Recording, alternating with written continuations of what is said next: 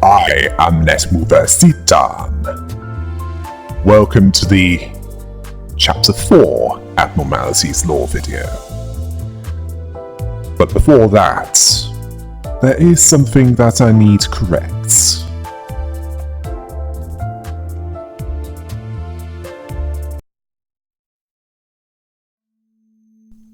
Sorry I didn't cover the Pecatulum with the previous Abnormalities lore videos. Those distortions that appeared after the events of Library Ruina, which first appeared in Leviathan, which were attacked by Virgilius out of fear, but were all destroyed when Schadenfreude was looked at by them. So far, all of the Pecatulum has a corresponding sin, except envy. Ooh, I can think of a movie that this sin got shafted in, and the same applies with Limbus Company. It's derived from peccata catetula, or translating from Latin, deadly sin. Pecatulum is a small, relatively unimportant sin, which is fitting as their Zayn-level threats. Jacob tried to tame them to act as guard dogs, but as it was demonstrated in Chapter 2, those efforts failed miserably. They're given it an S designation. S likely meaning sin. They are not abnormalities though. They are distortions. There is a difference. Abnormalities cannot be truly killed, but suppressed into an egg form. Distortions, on the other hand, can be killed. First, we shall cover the Pecatulum gulae. Gula being Latin for gluttony, this abnormality has the ident code of S-08-04-01. It resembles a densely packed bundle of grey flowers with dark green stems, with the centre being an inward spiral of leech-like teeth with a few leaves reaching outwards. Parts of the stem have green eyes. Virgilius stabbed his gladius into the mouths of one of these out of fear. Thankfully, he didn't kill it. Unfortunately, Schadenfreude did. As for how it fights, it bites its targets, cutting into them, which sometimes heals itself slightly. Its method of attack is also what it's weakest to, so it had best be careful with what it provokes. When Pecatulum gulae leaps onto its victim as it's about to kill them, it consumes the upper half of their body. Ishmael wrote the report on this one, and she spoke of something happening while passing by a jungle. A dense green wilderness with tall flowers. Real flowers and trees, as well as outlandish bees and butterflies, described as unfathomable and strange. She then spoke of a flower, a plant that takes root and stays there for the rest of its life. It can't move on its own. The main difference between plants and animals is that they can move. Animals can, plants can't. But the Pecatula, they were like a pack of rabid beasts. They charged at them, raising their teethed flowers like it's their head. Their roots were limbs that didn't serve their purpose and didn't have a place for storing nutrients. Yes, those stems sought out sustenance ravenously, shoving things in its mouth despite not being able to absorb it. So there is a jungle around there somewhere. It just hasn't been shown yet. Next we have Pecatulum aire, S-08-04-02. Aire being Latin for rough. It resembles a dark, scrawny figure that looks like a cross between a stick insect and an ant, with glowing cracks and particles coming out of it. Two of what appeared to be branches were limbs, and the head had a beak with an elongated snout, and had two flowing antennae that frequently twitched, and it had a large eye that we could see. It fought by using piercing attacks that it relied on, which occasionally burned the one it targeted, although blunt force trauma can make it scream the most. When it kills its victim, Pecatulum aire ignited its victims with flames. Heathcliff wrote the report on this one, describing it as a dried tentacle with red liquid in the middle. He hit it with his bat, and it was more durable than expected. It attacked with its long snout and shot red water at him.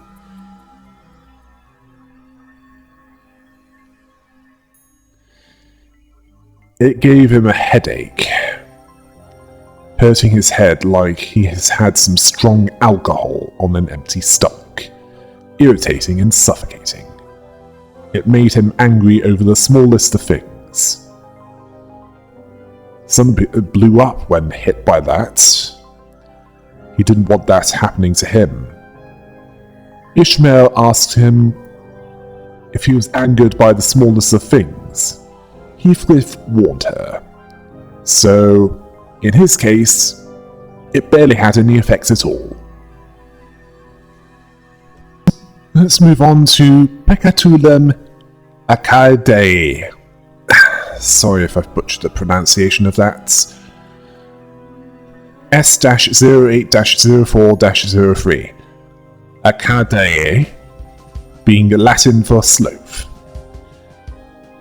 It looks like a large round rock with wide red cracks all over it, with a face with a single yellow eye, although it can sprout arms to attack, like it's some creepypasta version of that Golem Pokemon.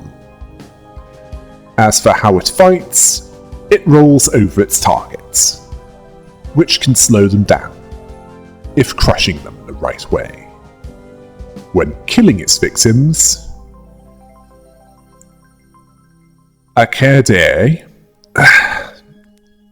causes blood to squirt out of its victim's body. Yi Sang wrote this report. To him, it resembled a rock, uncertain how it moved. The laws of science still applied to it, though, and were still inherently scientific. Levitating in the air and staying still, the eye rolled, and it would ram into others. As for its motivation to move, although he questions the reasons to learn its motivations, the pebble is alive. It's not considered an organism, but he doesn't consider himself to be alive, if none refers to himself as such, seeing it as a matter of laziness. They all were there to think that it mustn't be what it thought it would be. The pebble was a lazy living thing, and he saw himself as that as well. Next one to cover is Pecatulum morostitatis. S-08-10-01. Morostitatis being Latin for gloom, which for some reason replaces avarice or greed, which looks like a gelatinous floating water flea. water fleas being crustaceans that are found in stagnant ponds. We see pink organs within it through its transparent exterior, with a cyan eye visible, with limbs curling back into a spiral shape. It attacks its target by spitting onto it, with piercing force, much like the mantis shrimp does, which can sometimes give a sinking feeling, although it can also feel this when piercing force is delivered to them. Masson wrote this report and described it as an insect-like entity with a transparent body. He was unable to identify several physical requirements for maintenance of life, or if it was an organism. It was filled with water. He observed organs inside, but he doesn't see that they function as organs. The water doesn't appear to be used for biological activities. The liquid was stagnant. The face was one of those that was lost in thought. Comparing it to zooplankton, observing it for too long made his mind sink, reminding him of the past. It wasn't a pleasant feeling. Now for Pachytulum luxuriae, S-08-11-02. Luxuriae, being Latin for lust, is a large, pale, flesh-covered quadruped that resembles a salamander with bumps on the spine. The closer to the head, the larger these bumps get, and the head is wrinkled and partitioned down the middle and is shield-shaped. The orange eyes are on this, and when it opens up, a large hand, which is its tongue, stretches out and grabs onto its target. And speaking of that, it comes down on its target with crushing force, which can sometimes make them bleed, likely due to its hand-tongue. But those that can cut at them will do well against this one. When it kills its victim, Luxuriae can make its victims become partially skeletal. Sinclair wrote this report, seeing it as awful lumps of flesh with an ugly maw at the front, confusing it for a tongue, but it was a hand, made of two twisted arms coiling around each other. The eye inside stared at him. It looks eager to devour him and nourished by its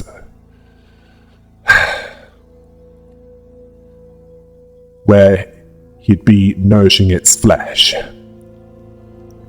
It wasn't the first time that he saw that kind of gaze.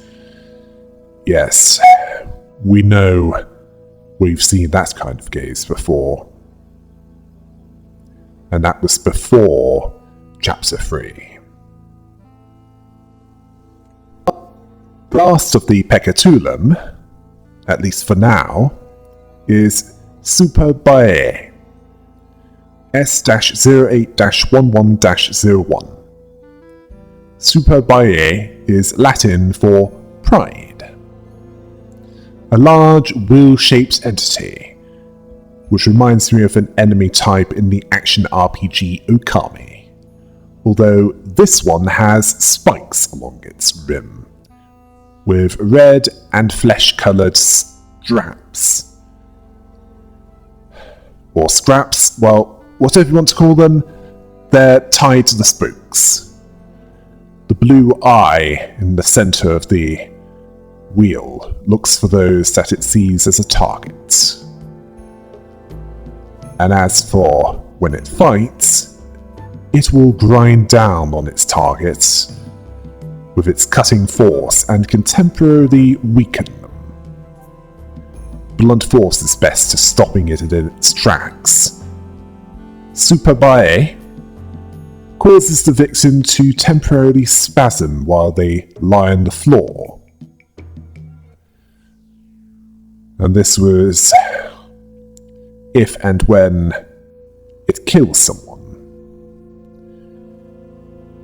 Yisang wrote this report, seeing the wheel as often a symbol of technological advancement, representing humanity's realization of its ability to think up and make things not from nature. It also marks humanity's transformation into prideful creatures, which is why this distortion took the form of a wheel. The circle didn't seem to stop rotating, not caring about gnashing at flesh or cutting grass. It rolls while others can't.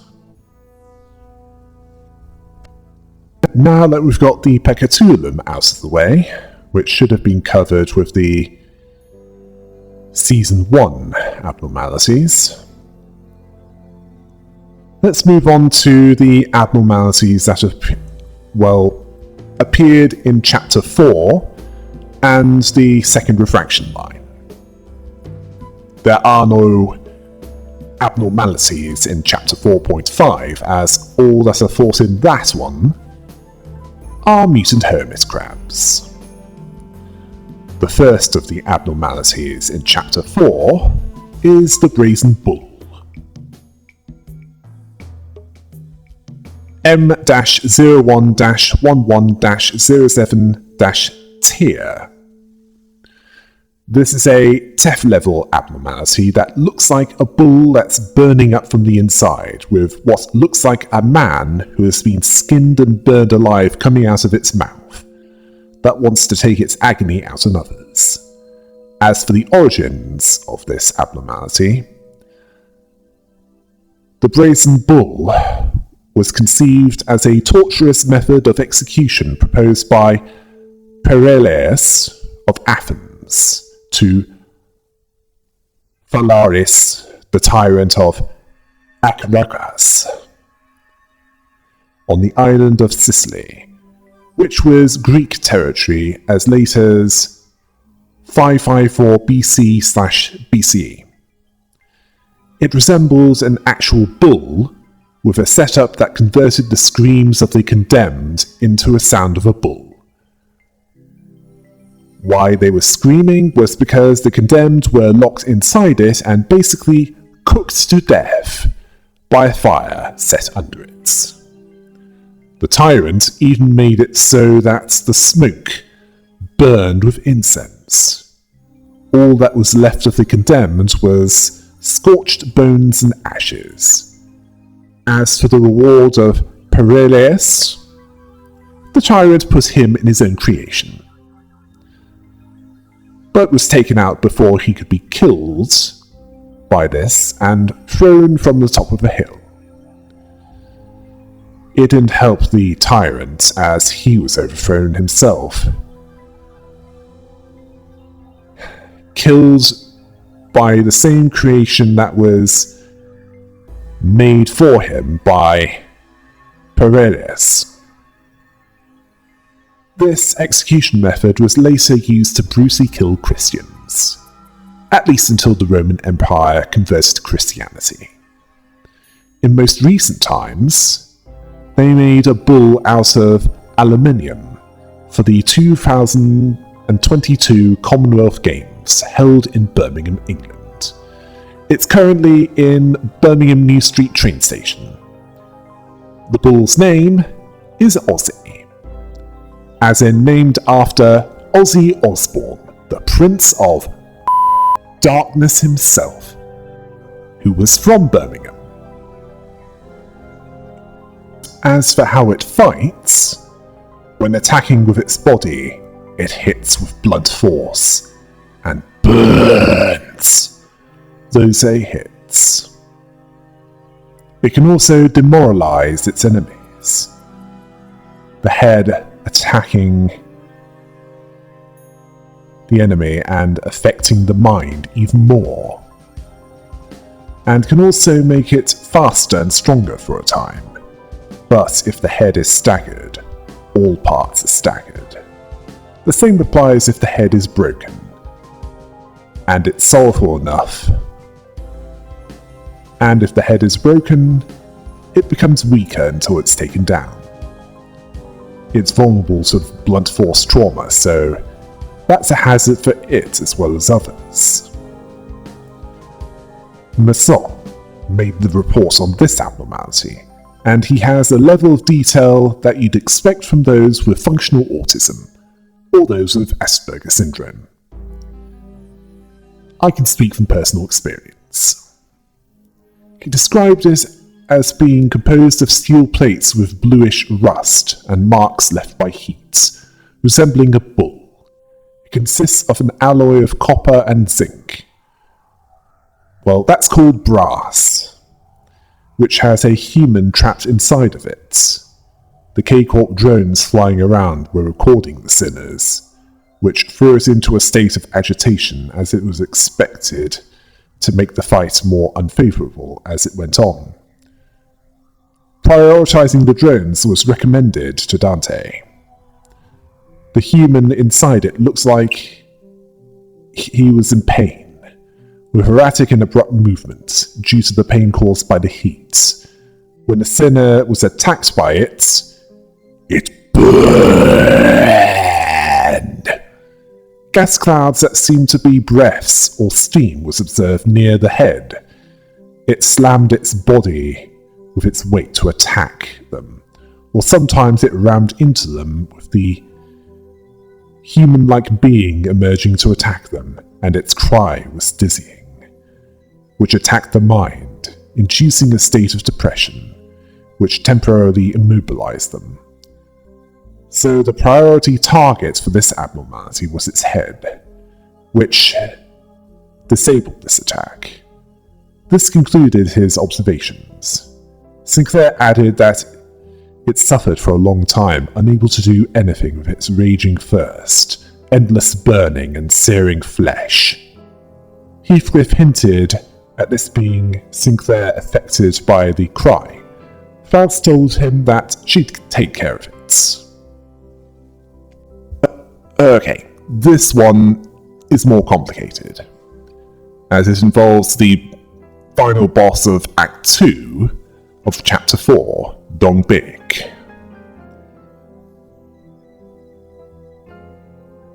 One of the League of Nine, and one of those betrayed by Dong Rang. She at first used the Sun Shower Ichio, and then manifested one of her own, under stressful circumstances. Yes, it requires strong emotion to do that, among other things. Now, Sun Shower is derived from the Drifting Fox abnormality, which is based on a Korean folktale, specifically from Fox Rain, or Yobi, when a tiger marries a kumhio, or fox spirit, which can shift between fox form and human form at will, apparently to seduce men and eat their livers or hearts, depending on which version you're looking at. It's also known as the kitsune in Japan and the hoyete in Vietnam. Yeah, sorry if I've butchered the pronunciation. At times I can barely speak English.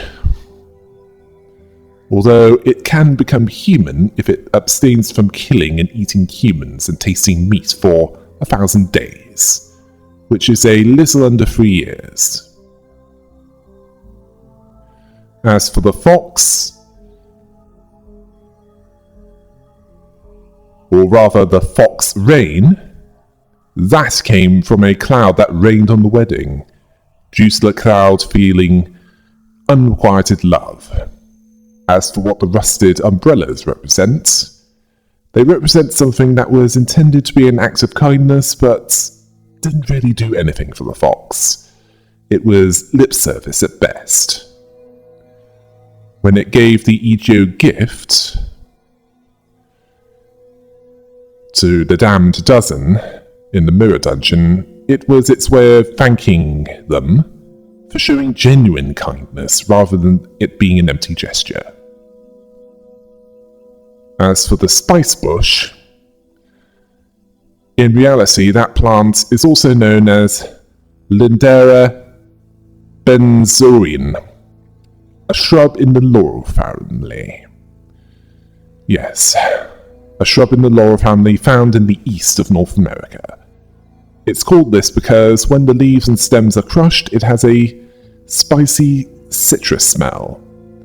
It's an indicator of agricultural land, which ties into her background as one from District 19, which is a district big on agriculture. A few Native American tribes have used this for medicinal treatments for a number of ailments.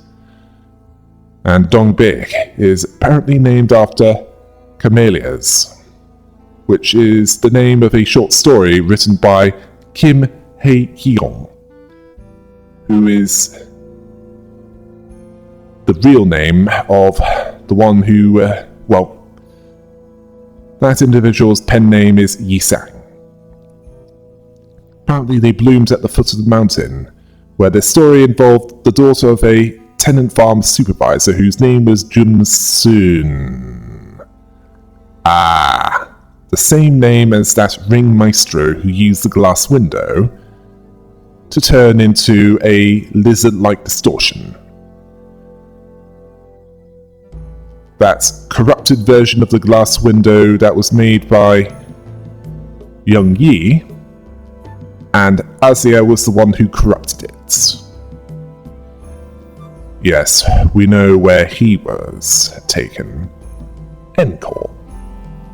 And Kubo was the one who wanted to take him back. Yes, I think we can guess what will be coming at some point in the future. But that will likely be some time in the future before it happens.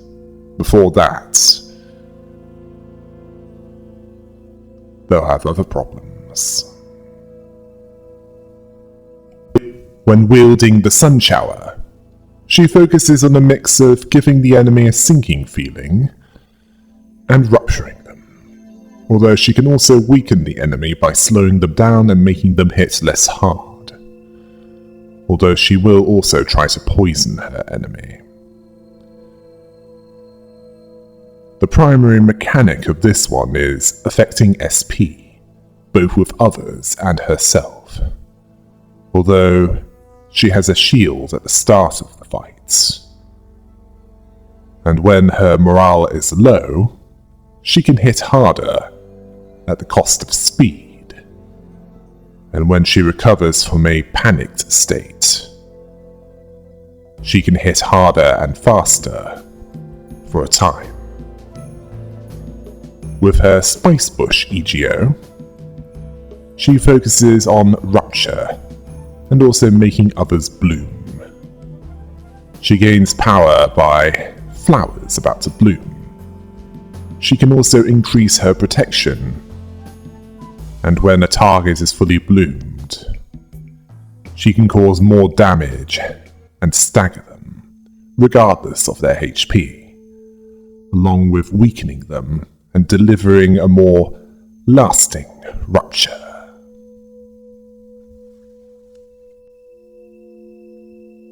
As for the reports, with the Sun Shower EGO, there was a paragraph written which had a detailed description from a document left in the branch facility in District 11's nest, likely written by someone from K-Corps.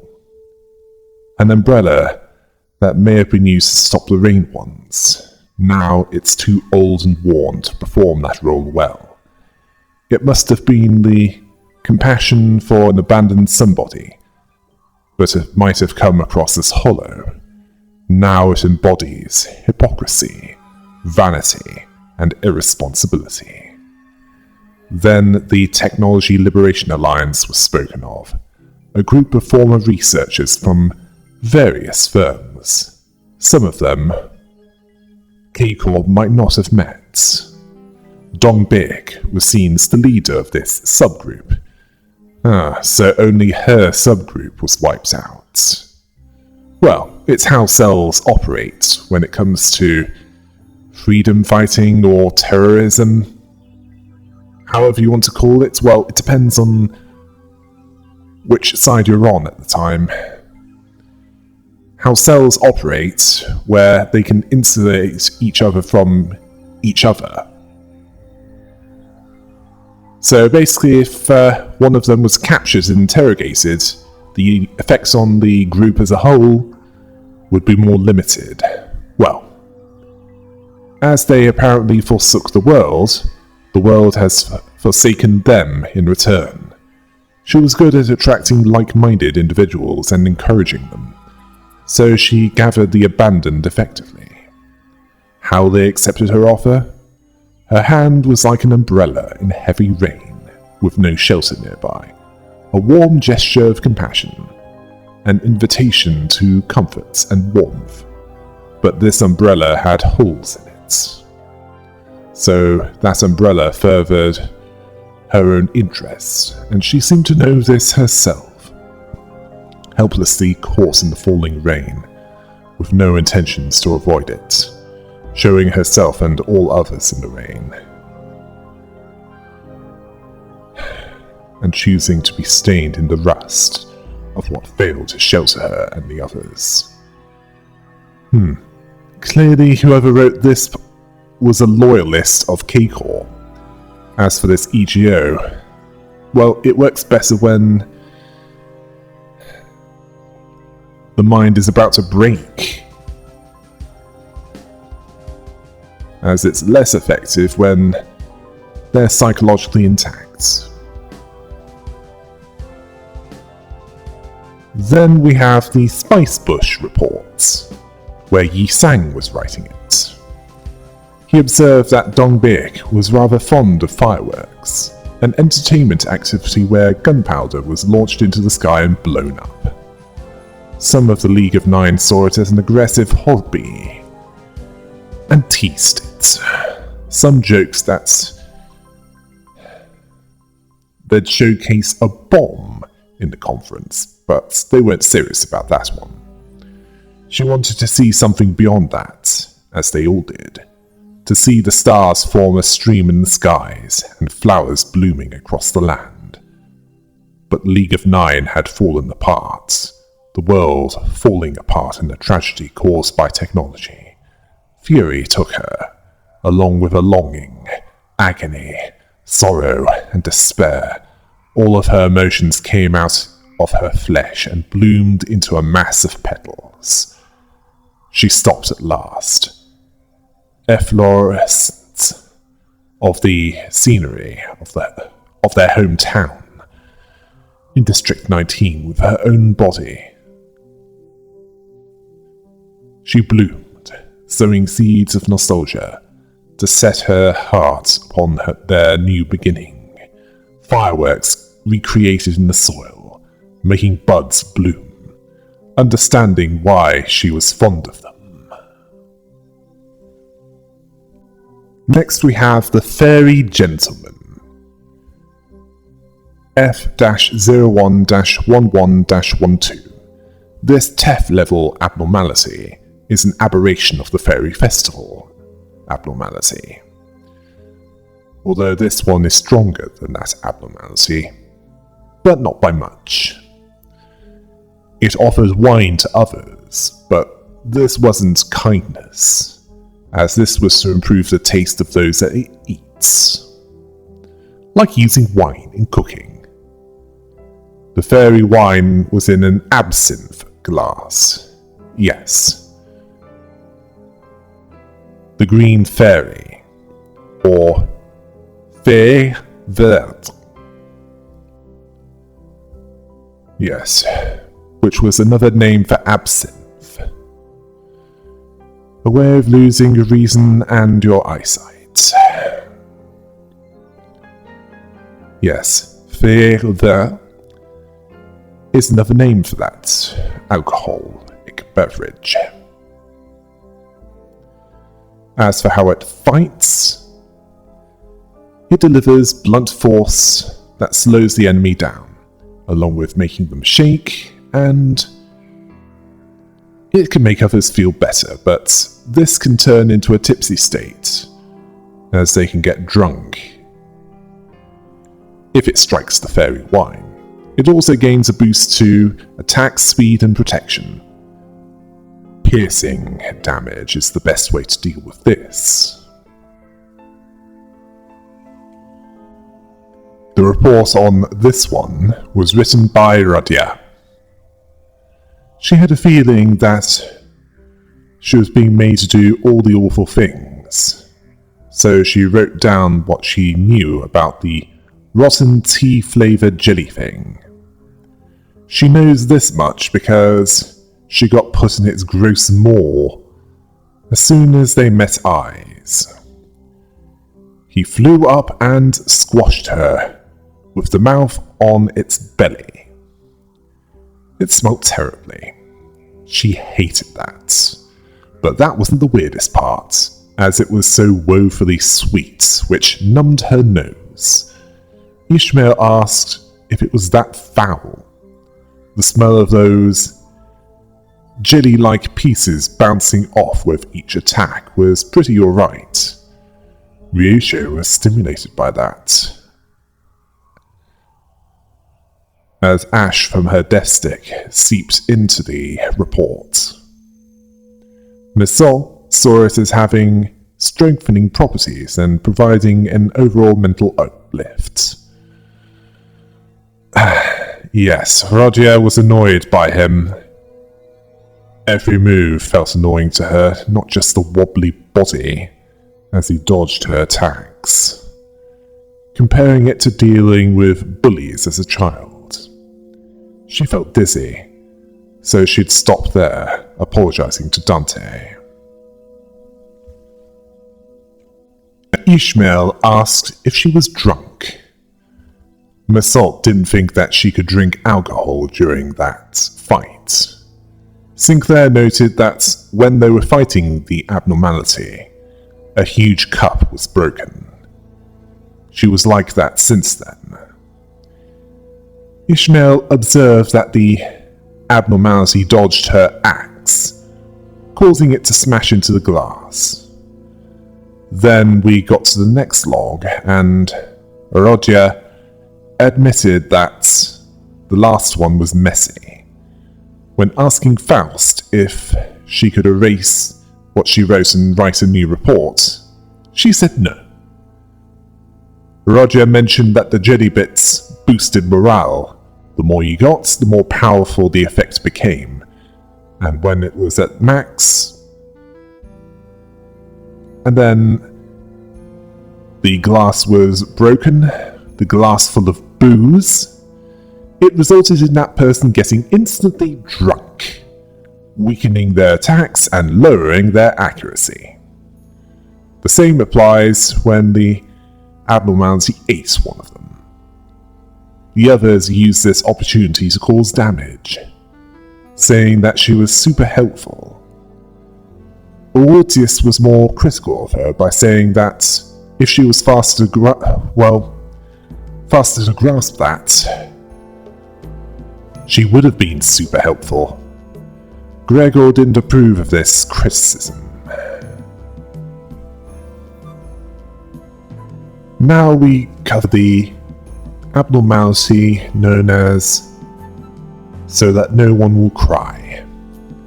This one is TEF level and resembles a wooden figure with a load of talismans on it, which are also known as Ofuda, which are commonly found in Shinto and Buddhist shrines in Japan, considered to have divine power. They're intended for a specific purpose, such as protection or assistance, and can be placed in specific places or on someone's person. These ones are kamifuda, as they're made of paper. As for what this abnormality is a reference to, within the in-universe context, it's based on a conversation regarding what Anin invented to earn enough to survive in District 20 and be able to do research for its own sake outside of work hours. Specifically about the ID tags that was intended to help lost children reunite with their parents, but was corrupted by T-Corp into being used to monitoring the workforce. Yes, like the factory owners can't feel secure unless their workers can't even and without them knowing about it. The abnormality's vague nature, it's hard to tell if it's like the child not wanting it removed as they don't feel safe without it, or if they're a monitored worker that actually wants them removed and given some relief from that Orwellian nightmare. As for how it fights, it strikes with blunt force to give talismans and to rupture targets, along with causing paralysis to their targets and also to slow their targets down. It also seeks to take the talismans from others and to curse itself with them, although it can find a way to remove them. If an arm is broken, it causes less damage, and it's not recommended to burn it, because the exact amount of burn inflicted on it will be inflicted on everyone else that has talismans on them. And ironically, blunt force is how to best defeat this one. Heathcliff wrote this report and saw this abnormality as a creepy-looking wooden block with blood all over, and papers. He saw it in the backstreets from time to time, seeing them as curses. Seeing it as funny to believe in that tosh. Seeing it as a load of It moved. It was stiff to him in the mirror dungeons, like it was a prop in a horror film. Oh, so they make horror films in the city. I mean, how much worse would they be? In that place, horror movies are reality. I mean, in the back streets of District 23, every day is like the Texas Chainsaw Massacre. Anyway, it didn't hit that hard, but it did scare him. But it felt like it would crack some bones, but he wouldn't let it do so. And then there was the stickiness that was due to the yellow glue. He saw that it would post flyers for years if it was human. It put several talismans over his body before he noticed. The more that was put on him, the harder he was hitting the abnormality. They even wrapped around his bat. He didn't question it, although he felt that it didn't help when he kept hitting it, even though it relieved stress. Ishmael saw him as crude as these were the words of a thug. Gregor was asking how he was holding his anger. Faust deliberately prevented him from looking at that part to minimize useless information. Gregor saw this as wise. Sinclair felt stronger with more talismans on him. It didn't annoy him or make him feel anything. Ishmael asked what would happen if they attached a lot of them on purpose. Then Heathcliff was asking why he was told to write this separately. Asking why the special treatment. Well, it's to stop you from exploding with anger. He felt great turning the abnormality into a pile of firewood, so he let it slide this time. They tried getting a bunch of talismans on them, but too many weighed them down. It was tiring, and sometimes it put its guard up instead of attacking. The talismans was pulled... Yes, the talismans were pulled onto it. Where one with talismans attacks it, the talismans turn purple when their drawn to it. It couldn't do anything else. So they turned it into firewood, and Faust corrected this by saying that it turned into its ovate form. It was not turned into firewood or burned. And that latter part is probably for the best, as we know what happens when fire is used on it. Let's talk about the source of the Sunshower EGO, the Drifting Fox, T-02-11-03. This He-level abnormality is a reference to the Kuhimo, a fox spirit that's also known as the Kitsune in Japan, the Huli-jing in China, and the Ho-ye-te in Vietnam. It can shapeshift between fox form and human form. The former is the true form, and the human form is largely to seduce men to eat their hearts or liver, depending on the version. With the former, who the said to eat your heart out literally? There's said to be foxes that have lived for 1,000 years. While it's not as simple as binary morality in the Chinese and Japanese versions, the Korean version is treated as a threat, as pure evil, although there are cases of benevolent Kuhimo, and of Kuhimo being deceived, although later stories depict them as grave robbers that dig hearts out from human graves. The Korean version is also the only one that involves knowledge beads, which provide power to the Kuhimo, which allows energy to be absorbed from humans by kissing with tongues. Yeah, you heard me right. Energy is absorbed by humans using what is now considered to be French kissing. Although, if they avoided even, tasting meats for 1,000 days, a little less than 3 years, they become human. As for the drifting fox, it feels resentment towards those that offer pity and don't do anything more than lip service. In the Mirror Dungeon, it grants its EGO gift because they show true kindness. As for the rain generated by the EGO, that's a reference to fox rain, when a cloud witnesses a marriage between a Kuhimo and a tiger. The rain is due to unrequited love. As for how this one fights, it focuses its attacks, which are intended to break the target by reducing SP. It can also rupture to take down HP quicker.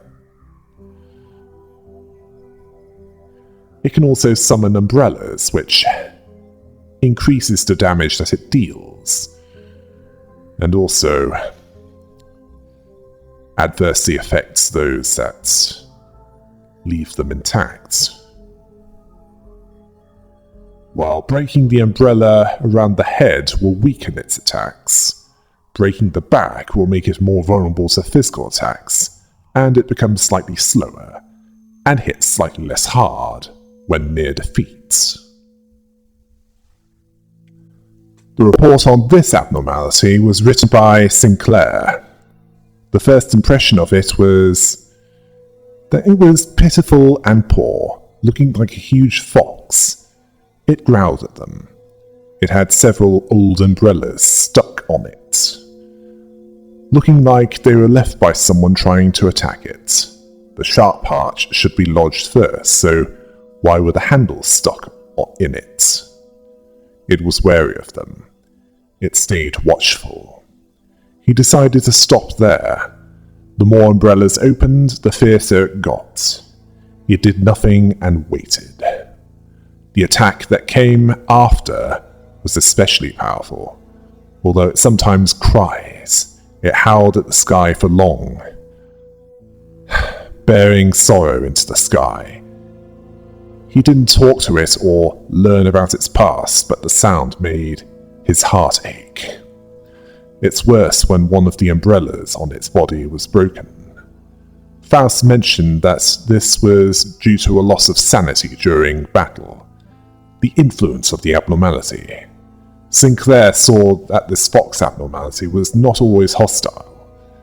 Faust saw it as nothing more than abnormality, not to be confused for an animal. Heathcliff told him to get over it, referencing the fairy gentleman, or, as he would put it, the fake fairy with a fat jelly body, asking if that was any easier to deal with. They fight and sleep when told. He'd end up dead trying to care about nonsense. Then Sinclair realized it. It was angered by those that gave it meaningless attention before leaving. It was abandoned, and then, giving it nothing but an umbrella, meager care, and think themselves as gracious benefactors? All this did was feed their own egos. This is where the sadness and anger came from. They needed to take away the worn umbrellas and embrace it themselves. Heathcliff was forced to kill him to make him snap out of it. Faust saw this as rather extreme, but it wasn't something that they could resolve quickly. Let us continue with the shock centipede. T-02-11-04. This HE-level abnormality is a giant robotic centipede, or at least looks like one, that generates electricity, as if it's a Pokemon that has a dual type. Either electric bug or steel bug. Although the electricity hurts it like it does a Pichu, using theirs. And considering that its EGO gift has a W Corp logo, what would this represent? Perhaps it's a representation of how the passengers suffer for centuries within the warp trains, and only has their suffering end when the warp train reaches its destination, and the passengers can have a save state loaded up, so that it's as if their centuries of pure torment and isolation never happened. If you have any other theories regarding this, please put them in the comments. As for how it fights, it attacks with piercing force and makes its enemies bleed if it hits them. It can also slow down the targets, making them more vulnerable to attack, and even cause paralysis, although if it loses the clash, the charge that it's built up is reduced, and when its HP is depleted, it still won't be taken down until the charge is depleted completely. It also has a shield as long as the head is intact when it's coiled up. Gregor wrote the report on this one, seeing it as a centipede-ish thing, unsure if it's the right name for what is essentially clad in a big chain of steel armor. But that's what abnormalities are like, so he needs to deal with it. The appearance is a huge series of blue plates of steel connected together, like a robot. It has red eyes that glinted frequently. Sparks bounced around its body like electricity flowing, which meant a high voltage. It wouldn't just stung them if it touched them. Heathcliff saw it as more of a snake. It coiled up and kept glaring. Gregor, he asked if they had snakes with legs where he lived, as he couldn't call that one a snake. Ishmael said that they do. Mesot did as well. Rodion saw it as well. Gregor asked if he's the odd one out. Then Rodia made it clear that she was messing with him. Electrocution is not the most hazardous part of this one. It's the blades that are sharpened all over its body. If it coils around one of them, it will be extremely punishing for whoever that happens to. It makes them bleed, although it will also shock them with electricity. It has a clear weakness though. Once the head is smashed in, it can't coil up, believing that there'd be no more electrocutions. Ishmael trusted him, and charged ahead, only to be char-grilled, asking what he had to say about that.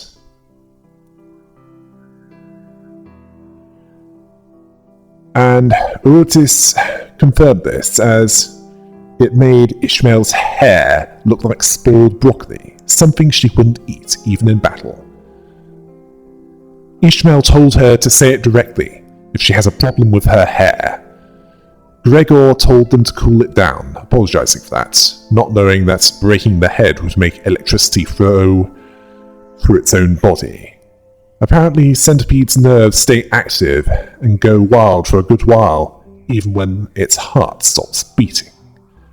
This one isn't much different. A final struggle. They were careless about this, and the rich buddy got killed, likely referring to Honglu. Faust then said that since nerves are activated by electrical stimuli, this is an electrical problem. There's no guarantee that such logic still stands with abnormalities, but Gregor disagreed with this. When they broke its head, he noticed something. Short circuits and electric circuits, or rather electric currents, work with it, so they waited for it to run out of power and it'd go down on its own.